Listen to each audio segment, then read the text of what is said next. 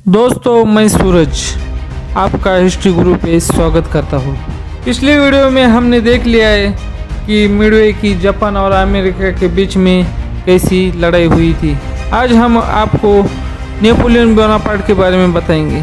Napoleon Bonaparte का जन्म 15 अगस्त 1769 में फ्रांस एजिको शहर में हुआ था। ये शहर कोर्सिका द्वीप पर है।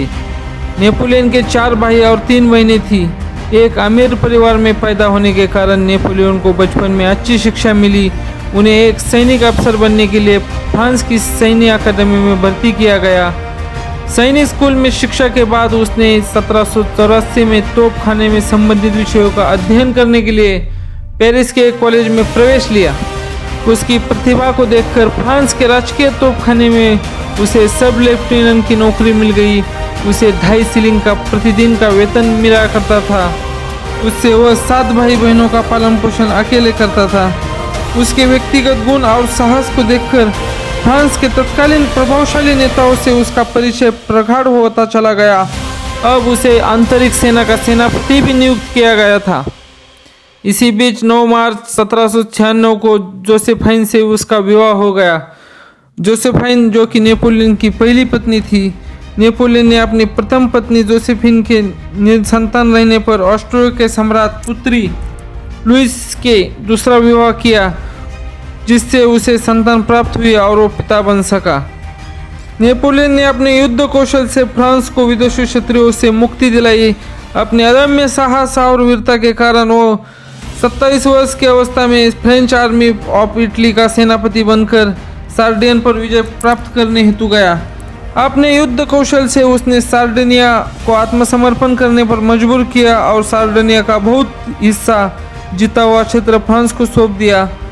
नेपोलियन का अगला विजय अभियान ऑस्ट्रिया पर आक्रमण करके वहां के सम्राट कैंपो फोर्मियो को संधि की अपमानास्पद शर्तों को स्वीकार करने हेतु बाध्य करना था। इसके बाद नेपोलियन ने टोलेंटो की संधि पर पोप के हस्ताक्षर करवाकर फ्रांस की अधीनता स्वीकारने पर मजबूर कर दिया और नेपोलियन को इंग्लैंड पर आधिपत्य करने हेतु भेजा। परंतु नेपोलियन की यह गलती हो गई कि इंग्लिश चैनल की बाधा ने नेपोलियन को पराजय का मुंह कर दिखाया। नेपोलियन ने मिस्र को विजय करके पूर्व एशिया में स्थित ब्रिटिश उपनिवेशों को भी अपने अधीनस्थ करने का निश्चय कर 1798 में 35,000 सैनिकों ने साथ कूच कर दिया। उसने रास्ते में माल्टा, पिरामिड, सिकंदरिया, नील नदी की संपूर्ण घाटी पर कब्जा कर लिया। अब वो भारत की ओर बढ़ रहा था, लेकिन ब्रिटिश नौसेना की शक्ति के आगे नेपोलियन परास्त हो गया।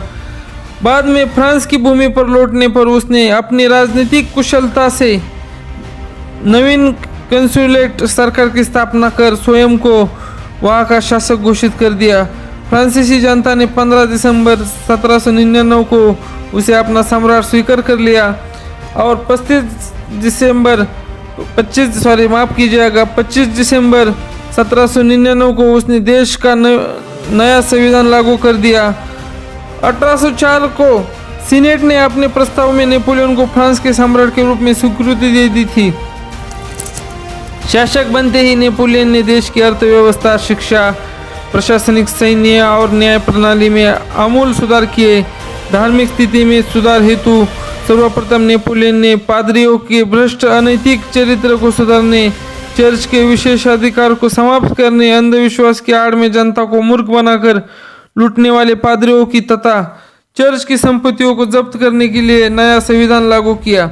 माना जाता है कि 1814 तक नेपोलियन ने सम्राट के पद पर रहते हुए कई महत्वपूर्ण सुधार कार्य किए, लेकिन लिपजिंग के युद्ध के पश्चात उसे फ्रांस के सम्राट का पद त्याग कर देश निकालना मिलने पर एल्बा द्वीप में रहना पड़ा। वहां से भागकर आने पर देशवासियों ने उसे पुनः सम्राट के रूप में स्वीकार किया और 1815 में मित्र राष्ट्रों की मिलीजुली सेना ने वाटरलू के युद्ध में उसे घोर पराजय का सामना करते हुए इंग्लैंड के समक्ष आत्मसमर्पण करना पड़ा, जिसके फलस्वरूप उसे सेंट हेलेना द्वीप में भेज दिया गया। 6 वर्षों का यातनायाब जीवन बिताने हुए नेपोलियन ने मृत्यु से पहले अपनी वसीयत में लिखा था कि मुझे सोन नदी के तट पर फ्रांस की जनता के बीच दफनाया जाए।